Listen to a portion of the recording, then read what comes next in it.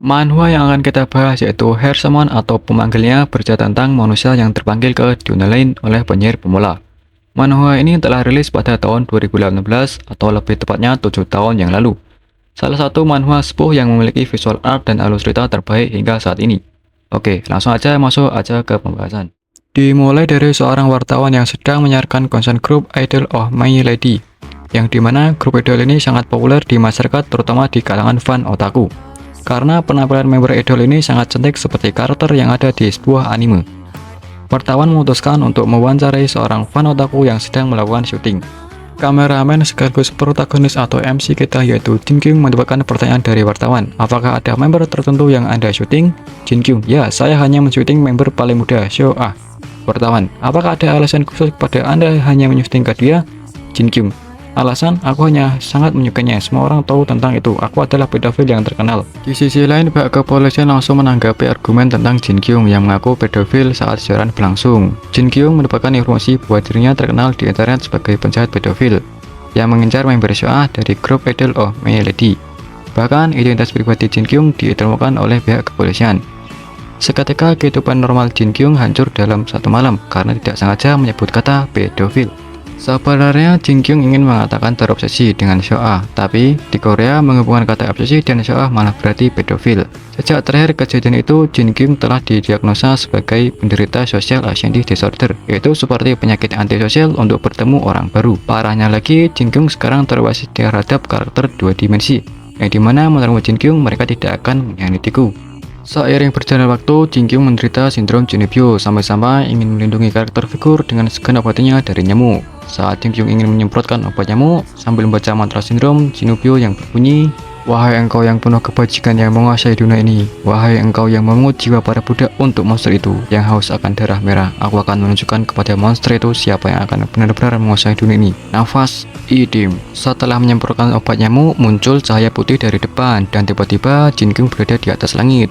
Saat Jin Kyung heran kepada dirinya kenapa tidak terjadi apa-apa setelah jatuh dari langit. Lalu Jin Kyung dihampiri gadis kecil dari belakang sambil berkata, "Aku berhasil melakukan pemanggilan untuk pertama kalinya." Jin Kyung kebingungan apa yang dikatakan gadis kecil ini. Lalu gadis kecil ini berterima kasih kepada Jin Kyung karena telah menerima panggilannya untuk datang ke dunia ini. Lalu bertanya, "Bagaimana aku harus memanggilmu?" Saat Jin Kyung masih kebingungan, tanpa sadar memperkenalkan dirinya sebagai Sut-in. Lalu gadis kecil tersebut meminta pertolongan kepada Sut-in menggunakan kekuatannya untuk mengalahkan monster yang ada di belakangnya. Sut-in ini tidak percaya apa yang dilihatnya, yaitu seekor nyamuk yang berukuran raksasa terbang di atas langit. Di sisi lain, Sut-in menganggap ini hanyalah sebuah mimpi dunia fantasinya. Sut-in mengambil obat nyamuk dan langsung menyemprotkan kepada monster nyamuk tersebut. Lalu Sut-in berpikir, mana mungkin hal remeh itu dapat berguna, tapi tiba-tiba terdengar suara dentuman keras dari belakang. Suara itu berasal dari monster nyamuk yang meledak menjadi abu karena terkena obat nyamuk yang dibawa Sut-in dari bumi tanpa ia sadari. Di sisi lain, gadis kecil ini yang awalnya berpikir bahwa Sut-in terlihat bodoh dan tidak bisa diandalkan, sekarang berubah menjadi rasa takjub. Setelah itu, gadis kecil terheran melihat serangan sihir yang begitu kuat dan berpendapat seharusnya makhluk seperti Pak Sut-in tidak bisa dipanggil ke dunia ini oleh summoner pemula sepertiku. Di sisi lain, Sut-in menyambungkan dirinya bahwa serangan tadi terlalu berlebihan. Lalu gadis kecil tersebut berterima kasih kepada Sut-in dan memperkenalkan dirinya sebagai Aihase, seorang murid summoner rendahan. Sut-in secara spontan memulai memanggilnya Ai-chan agar tidak mengulang kejadian yang sama seperti di masa lalu. Di sini, Sut-in masih menganggap semua kejadian dari awal sampai sekarang hanyalah sebuah mimpi. Setelah itu, Ai melepaskan sihir pemanggilannya dengan mantra sihir yang terlihat indah. Sut-in sadar setelah terbangun di kamarnya dan merasakan keanehan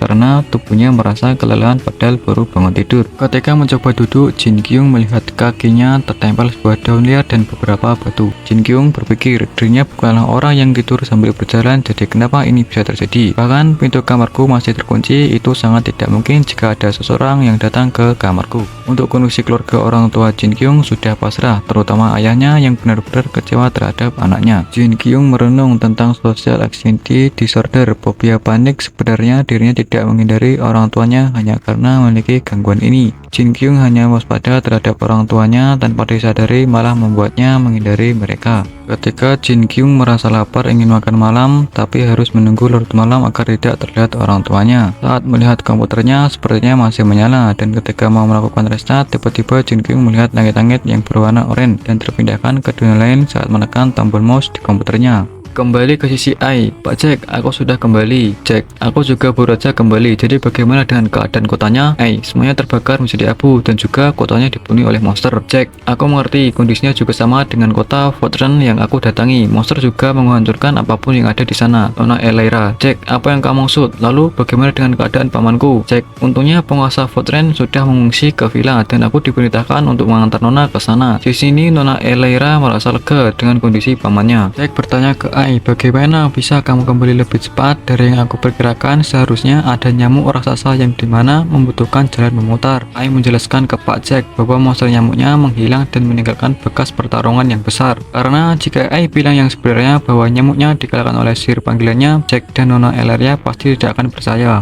Karena situasi sudah tenang, tiba-tiba terdengar suara aneh. Pak Jack, suara ini terdengar seperti Watch of the Dead telah dimulai. Karena matahari sudah terbenam, malam ini kita akan menginap di sini dan aku akan memberitahu kalian cerita masa lalu. Ada seorang master yang menguasai semua gunung di sini dan master itu bisa melihat apa yang sedang kita lakukan. Ketika manusia menebang pohon atau memburu atau mengumpulkan buah-buahan, master mengizinkannya. Bagi master yang maha bijaksana dan seperti biasa, keserakahan manusia adalah masalahnya. Di wilayah Gunung Monster, setiap orang yang merusak alam, maka master akan mengirim The Dead kepada mereka dan The Dead itu akan menangkap mereka atau menandai mereka. Tentu saja manusia bisa mengalahkan The Dead dan melarikan diri, tapi jika kau sudah ditandai The Dead, akan memburumu selamanya. Ais ketika sadar bertanya kepada Pak Jack apa yang akan terjadi jika yang dipanggilnya summonernya menghancurkan beberapa gunung, apa yang akan terjadi? Pak Jack, maka The Dead akan datang untuk menangkap summoner itu. Lalu Ai berkata jujur bahwa monster nyamuk raksasa itu menghilang karena dikalahkan oleh makhluk panggilannya, yaitu Shoot In, dan tidak sengaja menghancurkan beberapa gunung. Tapi Pak Jack dan Nona Elaria tidak percaya, bahkan menertawakan Ai. Bagaimana bisa seorang summoner pemula bisa mengalahkan monster itu? Setelah beberapa saat terdengar suara langkah kaki yang begitu keras. Ketika melihat ke arah suara itu, Ai, Pak Jack, dan Nona Elaria terkejut. Apa yang dilihatnya dari belakang? Muncul sesosok The Dead On sambil menatap mereka bertiga. Ketika The Dead On menghampiri mereka, Pak Jack kebingungan. Kenapa The Dead On ada di sini? Padahal kita tidak melakukan kesalahan. Pak Jack menyuruh semua lari dan Nona Elaria mencoba melawannya dengan sihir panggilannya. Ai terkagum kepada Nona Elaria yang bisa memanggil roh atau makhluk spirit api secara instan. Nona Elaira menyuruh roh apinya untuk membunuh The Dead On. Pak Jack menyuruh semua melarikan diri selagi roh api milik Nona Elaira menahan pergerakan The Dead On. Sebelum kita ditandai oleh The Dead On, kita harus meninggalkan pegunungan ini agar mereka tidak terkejar lagi. Lalu Ai memanggil Pak Jack dan Nona Elaira dengan nada gugup sekaligus takut untuk melihat ke belakang. Siapa sangka, ternyata muncul beberapa The Dead On sekaligus mengejar mereka karena telah membunuh The Dead On lain dan membakar hutan. Tanpa pikir panjang, mereka lari secepatnya. Ketika Ai lari, tidak sengaja terpisah dari Pak Jack dan Nona Elaira. Ai frustasi dan menangis karena terpisah oleh mereka. Karena suara tangisannya, dia malah dihampiri The Dead On. Seketika Ai mencoba lari, tapi perjuangannya sia-sia karena dirinya sudah terkepung oleh The Dead On di belakangnya. Akhirnya Ai tertangkap oleh The Dead On. Dirinya juga telah ditandai oleh mereka. Ai frustasi dan mencoba memanggil Shoot In lagi. Saat Ai sudah pasrah akan kematiannya, tiba-tiba Shoot In jatuh dari langit. Ai meminta Shoot In menolongnya yang terseret oleh The Dead On. Awalnya Shoot In takut terhadap raksasa karena dirinya masih menganggap ini hanyalah mimpi. Shoot In melihat dahinya Ai-chan terbakar. Ai, aku telah ditandai The Dead On. Kepalaku jadi kabur. Shoot In mencoba berbagai cara untuk memadamkan api itu, dari meniup dahinya, melempar tanah, dan menepuk dahinya. Semua itu tidak berguna. Lalu Shoot In mencoba meludahinya. Setelah beberapa saat, ternyata tandanya menghilang.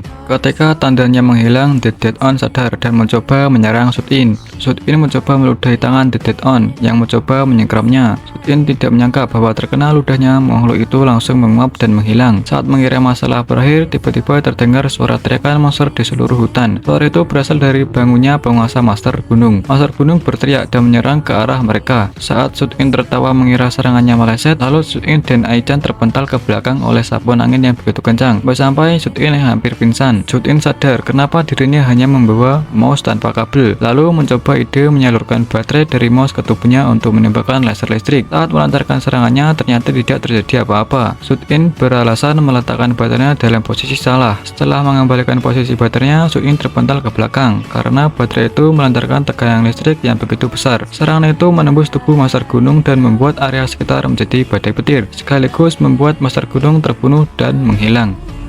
Bayangkan sebuah malam yang sunyi, hujan turun perlahan dan udara dipenuhi rasa takut. Di tengah tanah yang basah, seorang pria tergeletak dengan tubuh gemetar. Dialah Tuan Suin, sosok yang selama ini dikenal lemah, tertutup, dan jauh dari kata pahlawan. Suara panik terdengar memanggil namanya, Tuan Suin. Tak lama kemudian, cerita histeris memecah keheningan. Tubuhnya tiba-tiba bangkit, napasnya kasar, rambutnya tergelegar, seolah ada sesuatu yang terlepas dalam dirinya. Inilah momen yang tak pernah dibayangkan siapapun. Seorang gadis kecil bernama Aichan menatapnya dengan mata lebar, bukan karena takut, melainkan karena takjub. Dengan satu serangan saja, Tuan Suin telah mengalahkan raksasa yang bahkan tidak bisa ditundukkan oleh para hero legendaris. Aichan tak percaya dengan apa yang dilihatnya. Ia bahkan berteriak dengan penuh semangat, "Tuan Suin, kau sangat hebat!" Namun, di balik semua itu, Tuan Suin hanya tersenyum pahit. Ia tidak merasa dirinya hebat. Ia tidak merasa layak dipuji. Dengan nada tenang, ia mengungkapkan kebenaran yang mengejutkan. "Yang kulakukan hanyalah melepas segel yang membelenggu The Evil God of Electricity yang ada di dalam baterai milikku." Kata-kata itu langsung mengubah segalanya. Artinya jelas, kekuatan mengerikan itu bukan miliknya sepenuhnya. Ia hanya membuka pintu dan membiarkan sesuatu yang lebih berbahaya keluar sesaat. Dan yang lebih mengejutkan lagi, setelah kekuatan itu dilepaskan, ia berkata dengan santai, "Disinilah inti ceritanya. Tuan Suin bukan pahlawan sombong. Ia bukan petarung yang haus bucin. Ia hanyalah seorang yang menahan kekuatan besar karena sadar akan resikonya." Sementara Aichan dengan senyum polos dan mata berbinar mengatakan satu hal yang mungkin ia tak pernah ia dengar seumur hidupnya, "Kau memang hebat, Tuan Suin." Lalu Aichan menundukkan badan sedalam mungkin dan berterima kasih. Ia berkata dengan suara gemetar namun tulus. Ia tak pernah menyangka panggilannya akan dijawab. Bagi Aichan, Tuan Suin bukan sekedar orang asing. Ia adalah seorang yang melihat dirinya yang rendah namun tetap memilih untuk menolong. Ketika Aichan mengajukan satu pertanyaan sederhana, "Jadi, Tuan Suin, hadiah apa yang Anda inginkan dariku?" Pertanyaan itu terdengar ringan, namun mengandung bobot yang sangat besar. Tuan Suin terdiam, wajahnya kosong, tatapannya tidak fokus. Di saat orang lain mungkin akan meminta imbalan uang, kekuasaan, atau pengakuan, dia jujur tertawa keras penuh ejekan. Tapi bukan kepada Aichan, melainkan pada dirinya sendiri. "Aku tidak harus memberitahu apa permintaanku." Nada bicaranya terdengar sembrono, namun ekspresinya pahit. Ini adalah ciri khas Tuan Suin yang menolak ikatan. Ia menghindari janji, ia tak ingin orang lain berharap padanya. Karena ia tahu, setiap harapan yang diarahkan padanya beresiko hancur bersama dengan dirinya. Aichan membeku, ekspresinya berubah polos dan bingung. Tanda tanya memenuhi pikirannya. Ia tak mengerti permainan kata-kata orang dewasa. Ia hanya tahu satu hal, ia ingin membalas kebaikan. Namun Tuan Suin justru berbalik, menggaruk kepalanya dan senyum malas lalu berkata, "Aku akan memberitamu lain kali. Aku akan memberitamu jika aku kembali." Kalimat ini penting, karena ini bukan janji, ini adalah ketidakpastian yang jujur. Aichan tersenyum lebar, senyum yang sama sekali tidak terbebani masa lalu atau ketakutan. "Oke, aku akan menantinya." Bagi Tuan Suin, kata-kata sederhana itu jauh lebih berat daripada pujian. Karena untuk pertama kalinya ada seseorang yang menunggu kepulangannya. Bukan karena kekuatannya, bukan karena jasanya, tapi karena dirinya. Kemudian Aichan memanggil Jin Kyung dengan sebutan Tuan Suin dan menyerahkan sebuah benda berwarna merah berbentuk permata yang ia sebut sebagai Aether. Lalu Jin Kyung bertanya kepada Aichan apa yang sedang diberikan kepadanya. Aichan menjelaskan bahwa dirinya adalah seorang murid summoner pemula yang belum memiliki kemampuan cukup untuk mengendalikan sihir pemanggilnya secara mandiri. Ia menjelaskan bahwa Aether berfungsi sebagai penghubung antar pemanggilnya, summoner dan yang dipanggil, summoned. Ia meminta Jin Kyung untuk membawakan benda tersebut demi dirinya. Adegan berpindah ke dunia nyata. Memperhatikan Jin Kyung terbangun di dalam kamar apartemennya yang gelap. Ia duduk di tepi tempat tidur sambil memandangi tangannya. Di telapak tangannya, benda merah Aether dari dunia fantasi tersebut ternyata benar-benar ada dan terbawa ke dunia nyata. Jin Kyung menyadari bahwa kejadian yang baru saja ia alami bukanlah sebuah mimpi. Ia menunjukkan ekspresi histeris dan berteriak bahwa semua peristiwa bertarung melawan raksasa di dunia fantasi itu adalah kenyataan. Ia sempat bergumam bahwa dirinya merasa memiliki kekuatan naga hitam di dalam dirinya dan ingin memamerkan hal tersebut kepada orang lain. Jin Kyung kemudian duduk di depan komputer dan masuk ke sebuah forum obrolan. Di sana, ia terlibat percakapan dengan pengguna lain. Pengguna lain menanyakan keberadaan Jin Kyung. Ia sudah lama tidak terlihat online dan melontarkan ejekan mengenai kemungkinan ia melakukan tindakan bunuh diri di Sungai Han. Lalu Jin Kyung menjawab dengan serius bahwa ia sedang sibuk menyelamatkan dunia bersama seorang wanita. Ia menegaskan bahwa dirinya benar-benar dipanggil ke dunia fantasi dan baru saja kembali setelah bertarung melawan raksasa. Respon komunitas, para pengguna lain tidak mempercayai perkataannya. Mereka memberikan komentar negatif, menuduhnya sedang berhalusinasi, terlalu banyak bermain dating sim, hingga menyarankan agar ia mencari bantuan medis karena dianggap mengalami gangguan mental. Terprovokasi oleh hinaan para pengguna di tempat yang menyebutnya sebagai sampah dari segala sampah, Jin Kyung mengambil sebuah kaleng semprotan spray yang berada di dekatnya. Ia berteriak bahwa ia akan menghukum mereka dengan kekuatan yang ia miliki. Jin Kyung mencoba menggunakan kekuatan dari dunia fantasinya melalui kaleng semprotan tersebut ke arah jendela luar apartemennya. Namun, usaha tersebut gagal, tidak ada kekuatan sihir yang keluar, kaleng tersebut hanya mengeluarkan cairan seperti biasa. Jin Kyung menyadari dengan ekspresi kecewa dan putus asa bahwa kekuatannya tidak bekerja di dunia nyata. Sementara kaleng semprotan tersebut tetap menyembur secara konstan. Kemudian, Jin Kyung di dalam kamarnya yang gelap di dalam layar monitor, ia memperhatikan komputernya dan menyadari bahwa baterai Tacticus mouse miliknya telah habis, ditandai dengan lampu indikator yang berkedip. Adegan ini menegaskan batasan antara realitas dunia yang menggunakan teknologi dan dunia fantasi tempat ia dipanggil. Beralih ke dunia fantasi, suasana berubah menjadi hutan pada malam hari yang berkabut. Ai-chan berdiri menghadap Benny yang sedang dalam posisi bersujud merangkak di tanah dengan tubuh gemetar. Ai-chan bertanya, "Apa yang sedang kau lakukan, Benny?" Benny menjawab dengan ekspresi ketakutan dan menangis, menyatakan bahwa Lady Elleria belum memerintahkannya untuk bangun dari posisi tersebut. Yang menyuruh Benny berdiri karena Lady Elleria sudah lama pergi meninggalkan lokasi tersebut. Benny akhirnya berdiri, namun mereka masih berada dalam suasana mencekam. Lalu Benny bertanya kepada Ai-chan tentang keselamatan Lady Elleria, mengingat keberadaan para Dead On yang sangat menakutkan. Lalu Ai-chan merespon, membenarkan ketakutan tersebut namun meyakini Elleria pergi jauh lebih cepat dari jangkauan ancaman tersebut. Kemudian Ai-chan dan Benny tersebut berjalan melewati area yang tampak hancur. Benny tampak memikul kotak besar di punggungnya. Lalu Benny menanyakan apa yang sebenarnya terjadi di tempat tersebut karena ia mendengar suara ledakan yang sangat besar. Ia berpendapat apakah Nona Elleria yang berhasil mengalahkan penguasa gunung yang muncul? Lalu Ai-chan mengoreksi asumsi Benny. Ia menegaskan bahwa Nona Elleria lah yang melakukan hal tersebut dengan menggunakan sihir pemanggil miliknya. Benny merespon dengan rasa kagum yang luar biasa. Sementara Ai-chan hanya terdiam dan ekspresi datar. Kembali ke dunia nyata, ia merenungkan peristiwa yang baru saja dialaminya dan mulai mempertanyakan apakah kejadian tersebut benar-benar nyata atau sekedar serangan psikis yang membuatnya lupa. Jin Kyung menyadari kemungkinan bahwa penggunaan barang-barang di dunianya untuk melawan monster di dunia lain memberikan efek tertentu yang sebelumnya ia tidak sadari. Jin Kyung kemudian memperhatikan pada layar monitor yang menanyakan sebuah acara berjudul Idol Producer. Ia mencatat bahwa siaran tersebut adalah sesi kedua yang telah dinantikannya. Karakter tersebut mengekspresikan keyakinannya bahwa takdirnya adalah menjadi makhluk summon dengan peringkat terlegenda sambil memuji nilai produksi dari tayangan yang ia tonton.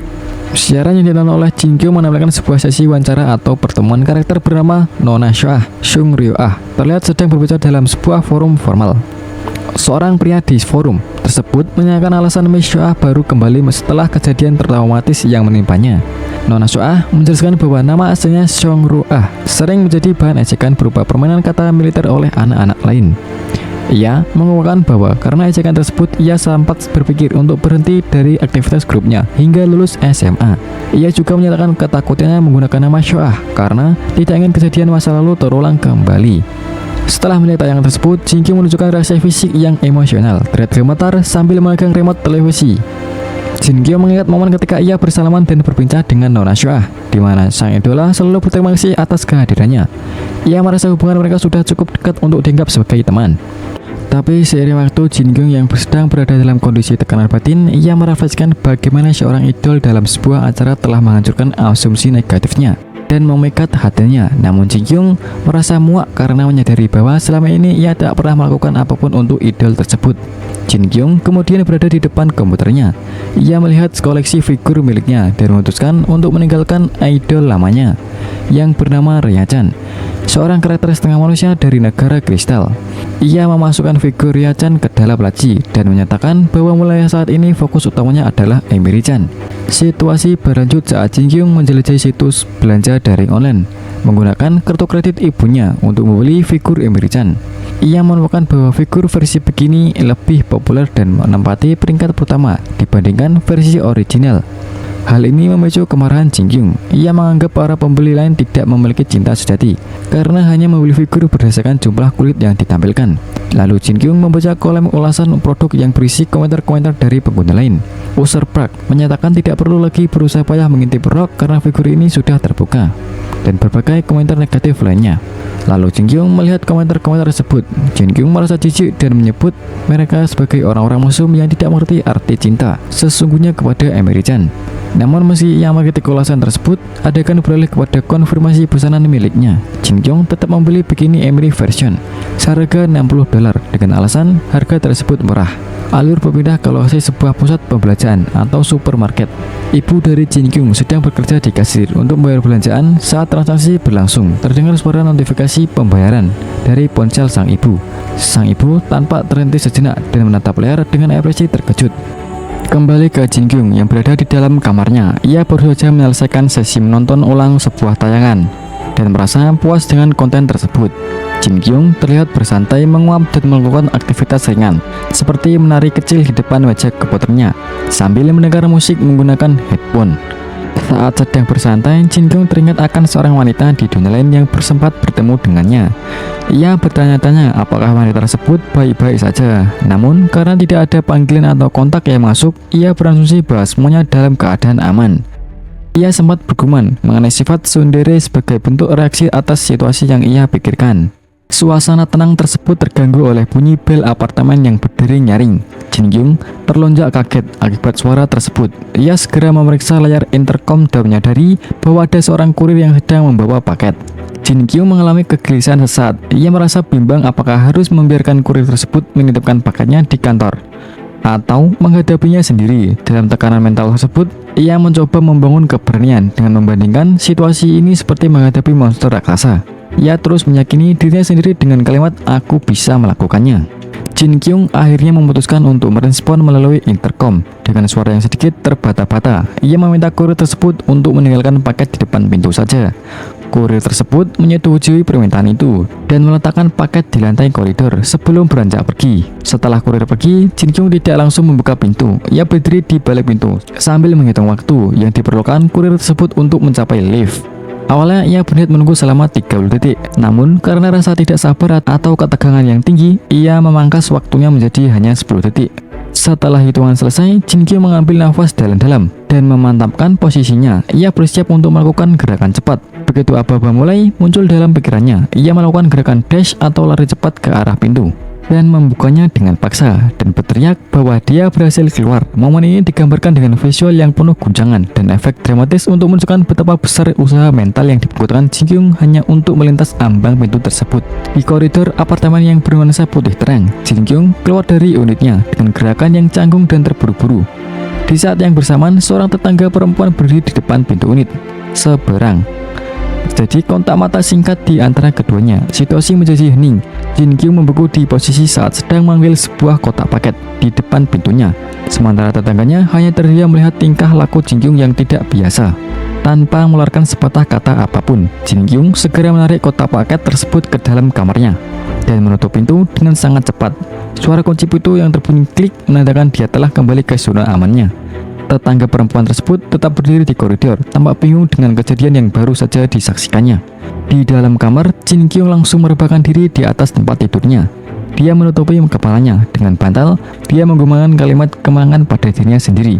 Dia menyatakan bahwa dia telah berhasil melakukannya dan berhasil mengambil paketnya.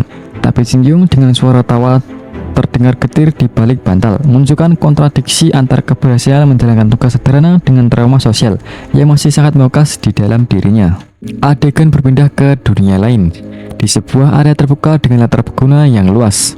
Karakter berambut biru panjang Nona Elleria menyambut kedatangan Aihase atau Ai-chan dan seorang pria bernama Benny. Elleria menyatakan bahwa mereka telah berhasil sampai, meski perjalanan tersebut memakan waktu selama 3 hari akibat Benny yang buruk dalam menentukan arah navigasi. Kondisi fisik Benny terlihat sangat kelelahan hingga jatuh berlutut sambil memikul kotak besar di punggungnya. Sementara itu, Aihase tampak kelelahan namun tetap berdiri dengan bantuan tongkat kayu. Elleria sempat menegur Benny yang mencoba beristirahat, memerintahkannya untuk tetap menjalankan tugasnya sebagai pembawa barang. Benny sempat memprotes secara ringkas bahwa Elleria yang meninggalkannya. Namun, Elleria mengabaikannya dan segera mengajak Maina menuju kediaman pamannya. Rombongan sampai di depan sebuah bangunan besar bergaya klasik yang merupakan kediaman paman Elleria. Sebelum masuk, Maina Hase menunjukkan rasa gugup dan rendah diri. Ia mempertanyakan bagaimana orang biasa seperti dirinya bisa berbicara langsung dengan seorang L atau penguasa kota. Elria menenangkan Maina dengan menjelaskan bahwa Maina adalah seorang apprentice summoner, penyihir pemanggil magang dari sekolah yang sama dengannya, sehingga status tersebut cukup untuk bertemu dengan pamannya. Di dalam ruangan utama yang luas, mereka ditemui oleh seorang pria tua berambut putih yang merupakan paman Nona Elria. Maina segera mengguguk hormat dan mengenal dirinya dengan nama lengkapnya, Maina Hase. Penguasa kota tersebut menyambut mereka dengan ramah sambil tetap duduk di meja makannya. Dalam percakapan tersebut, sang penguasa kota mengungkapkan bahwa ia telah mendengar kabar mengenai bantuan yang diberikan Maina saat Nona Elria mencoba melarikan diri dari serangan demon atau The Dead On. Nona Elria menyela pembicaraan dan mengklaim secara sepihak bahwa dialah yang sebenarnya bertarung melawan demon, sementara Maina hanya melarikan diri. Sang penguasa kota menanggapi hal tersebut dengan tawa dan mulai membahas kondisi dunia yang semakin sulit bagi manusia akibat keberadaan para demon yang sudah sangat banyak. Melihat Maina yang tidak memiliki tujuan sama sekali, sang penguasa kota memberikan tawaran kepada Maina untuk bekerja dan tinggal di kediamannya.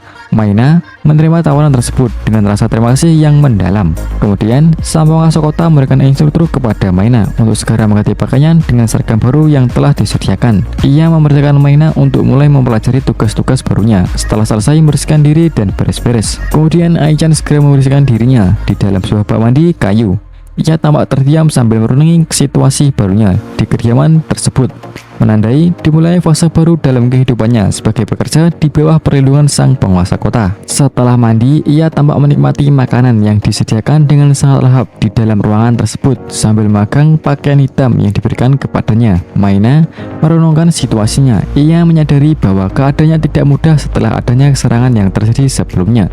Namun, ia merasa bersyukur karena sosok yang ia panggil, dia, Tuan Shut-in yang dimaksud, dan penguasa kota yang masih berbaik hati dan memberikannya makanan dan pakaian. Maina kemudian terlihat sudah menggunakan pakaian barunya, sebuah baju hitam berlengan panjang dengan kerah hitam. Ia berdiri di lorong bangunan kayu yang panjang dan bergumam bahwa pakaian tersebut adalah pakaian baru, sembari bertanya-tanya apakah tidak apa-apa jika ia memakainya. Kemudian Ai-chan bertemu dengan pelayan lain muncul di lorong dan memanggilnya dengan nama lengkap. Nona Mai Hase. Pelayan tersebut menanyakan kepada Maina, sudah selesai beres-bereskah? Maina menjawab dengan sikap bahwa ia sudah selesai. Pelayan itu kemudian meminta Maina untuk mengikutnya menuju bagian lain dari bangunan besar tersebut. Saat menyusuri lorong, Maina mengamati pemandangan yang menurut aneh.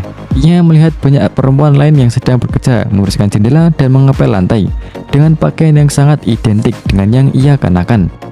Karena merasa heran, Maina bertanya kepada salah satu pekerja di sana, mengapa semua orang mengenakan pakaian yang sama. Pekerja tersebut menjelaskan bahwa sang L atau penguasa kota memiliki obsesi terhadap kerapian. Menurut penjelasannya, sang penguasa kota berpikir bahwa jika semua orang mengenakan pakaian yang seragam, segala sesuatu akan terlihat jauh lebih rapi. Itulah alasan mengapa mereka semua menggunakan seragam pembantu tersebut. Alasan pertama adalah sang penguasa kota sangat terobsesi dengan pakaian pelayan. Mendengar kata itu, Maina mengalami guncangan fisiologis. Sebuah kilas balik muncul menampilkan nasihat dari orang tuanya saat mereka masih hidup. Orang tua Maina pernah memperingatinya untuk berhati-hati terhadap para bangsawan karena mereka cenderung memanfaatkan orang lain. Orang tuanya menekankan bahwa Maina harus menjadi summoner yang hebat agar tidak menjadi budak dalam sekejap mata. Kembali ke realita, Maina berdiri terpaku sambil memegang alat pel. Ia menyadari bahwa ia kini melakukan pekerjaan tangan sebagai ganti atas makanan dan pakaian yang ia terima. Ia mencoba menenangkan dirinya sendiri dengan berpikir bahwa seharusnya ia sudah menduga hal ini akan terjadi. Maina kemudian terlihat bersujud di lantai sambil menggenggam alat pelnya, bergumam meminta maaf kepada mendiang orang tuanya karena merasa semuanya sudah terlambat baginya. Cerita kembali ke bumi. Memperlihatkan Jin Kyung terlihat sangat antusias saat membuka sebuah kotak paket besar. Di dalamnya terdapat sebuah figur karakter bernama Emily Chan, versi malam musim panas di pantai, edisi terbatas. Jin Kyung menatap figur tersebut dengan ekspresi yang sangat intens dan penuh kekaguman. Jin Kyung kemudian merenungkan kondisi sebagai seorang YouTuber. Ia bergumam bahwa seadanya ia memiliki kekayaan yang cukup. Ia ingin memenuhi seluruh kamarnya dengan figur Emily Chan. Ia juga sempat mempertanyakan batas kemampuannya. dalam profesi yang ia jalani saat ini. Setelah menenangkan diri, ia merapikan kembali bungkus paket tersebut dan menyimpannya, sembari meyakinkan diri bahwa ia telah membeli semua yang ia butuhkan untuk saat ini. Adegan berpindah ke ruang makan pada malam hari. Suasana terasa sangat kaku dan sunyi. Banyak terdengar bunyi dentingan sendok dan piring. Ibunya tampak ragu-ragu untuk memulai percakapan, sementara ayahnya makan dengan ekspresi datar. Ibu Jin Kyung akhirnya membuka suara dengan nada pelan, menanyakan perihal paket yang datang. Ia mengonfirmasi apakah Jin Kyung mengambil paket tersebut sendiri ke bawah. Mendengar pertanyaan itu, ayah Jin Kyung menghentikan aktivitas makanannya sejenak. Ayah Jin Kyung kemudian memberikan tanggapan dengan nada sinis. Ia mempertanyakan orang macam apa yang tidak bisa mengambil paketnya sendiri. Ia menunjukkan dengan pertanyaan tajam bahwa di gedung apartemen tersebut hanya anjing dan kucing yang tidak bisa melakukan hal semudah itu. Sindiran tersebut membuat suasana di meja makan semakin tertekan. Sang ibu juga tidak mampu menimpali dan memilih untuk melanjutkan kegiatan mencuci piring di dapur setelah makan selesai. Setelah makan malam yang tegang tersebut, ayah Jin Kyung kembali ke ruang kerjanya. Ia duduk di depan monitor komputernya sambil merokok. Tatapannya terlihat tajam dan penuh tekanan saat ia mematikan potong rokok ke asbak dengan gerakan yang sangat kasar. Sementara itu, Jin Kyung tetap berada di posisinya, terisolasi dalam keheningan rumah tersebut, menunjukkan adanya konflik internal yang mendalam antara ekspektasi orang tua dan gaya hidup yang ia jalani.